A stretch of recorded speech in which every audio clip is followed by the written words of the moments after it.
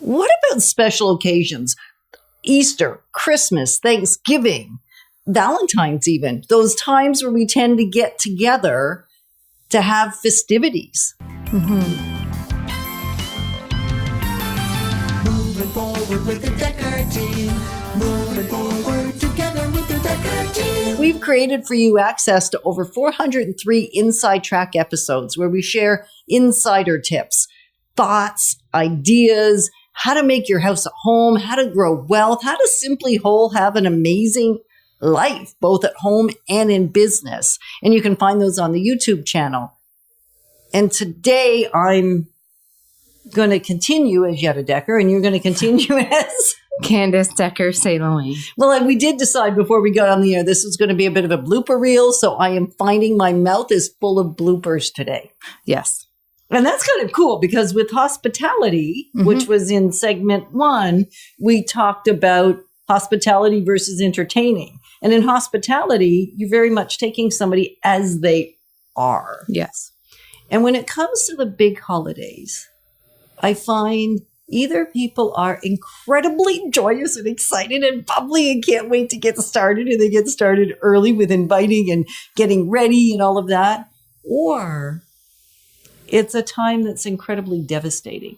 It's a time of lonely. It's a time of more retreat. It's a time of hiding. It's a time of checking out because it's just really hard. Yeah. Whether it's because you've lost someone dear to you recently or whether you've had some bad experiences on holidays. Like it could be any reason.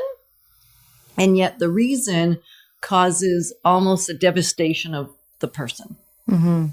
And so how do we, if we're having a great time, how do we invite people in rather than encourage people to stay where they are, maybe stuck and feeling terrible? Right.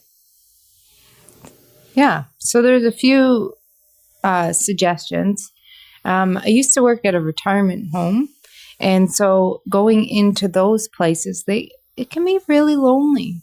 It's really sad on Christmas Eve and Christmas Day, like no one visiting them. They don't have family that makes the effort to come out, and they're just by themselves at the dinner table. So going to places like that, bringing your kids, they love to see children. They light up. So like handing out candy canes or, just saying hi. There's also events where groups come in and sing and that sort of thing. They just absolutely love that. So that's one way to go out and reach others that may be feeling lonely. And I find for me, one of the most precious thing that anybody's ever done for me when I have felt sad or lonely or distraught, whether at a holiday time or not. And there has been some difficult holidays. The first one after my brother was gone. Yeah. And not that the second one wasn't hard, but the first one was harder. Yeah. And so just having somebody sit and talk with me face to face, eyeball to eyeball, actually see each, just to be seen can be a shift. Yeah. And so hosting around the holidays or around those times where people might want to retreat if it's a hard time for them. Yep. Bringing them in. What have you done? So we've, as a family, around Thanksgiving, there's programs where you can invite international students that don't have anywhere to go to come into your house and experience a traditional meal. And a traditional experience, like the whole thing, right? Prayer for Thanksgiving around the table and conversations of gratitude and what we do have to be grateful for. Because I know for those that I know and for myself, thinking about times that were maybe easier or better can be helpful. Another time is Christmas. A lot of people don't actually have an extended family to be with. It might just be them, or it might just be one person all by themselves. So it could be that they're living in another city. It doesn't mean they don't have family. It just maybe not family here. Right. So what we've done in the past is that we've invited others into our family Christmas on Christmas Day. So inviting them by an invite, obviously, just a word, and saying, come join us, sit down at our table. There's going to be lots of food, and we love to have you there with us. Yeah. And so tell it, like we did that when you were growing up. And Yep. so you had seen it. Yeah. And then last year you said, I'd like to do that. And I said, "Oh, I can't this year. Right. I don't got what it takes this year.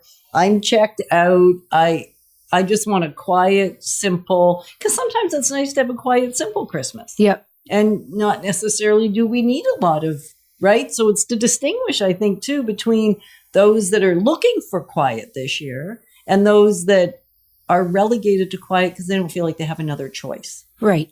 Yeah. And so it was in those conversations. What are you looking forward to Christmas? What are you doing? What are your plans? You can hear the just the sadness about being alone if they are being alone. And, you know, it's just going to be a quiet one this year and that sort of thing. So then I would invite those people to our Christmas. And it wasn't necessarily about gifts. We did games, we did appetizers, we did the Christmas meal too. And people would be like, what can I bring? And I would say, oh, it would be great if you could bring potatoes or whatever, because when someone contributes, they really feel a part of it. If they don't, it's less feeling like part of the family. And especially if they ask. If they're offering, yeah, absolutely. And if they didn't offer, it's like we got it under control. Yeah. Because you phone me and you tell me what to bring. Right? Yeah. You say, I know you didn't want to come and you're coming Yeah. and this is what you're bringing. And so how was it for you last year with the extended, many different families that didn't even know each other? Right. What Yeah. was incredible is one family, several families that were invited then said, well, actually, we have one or two people coming over to our house.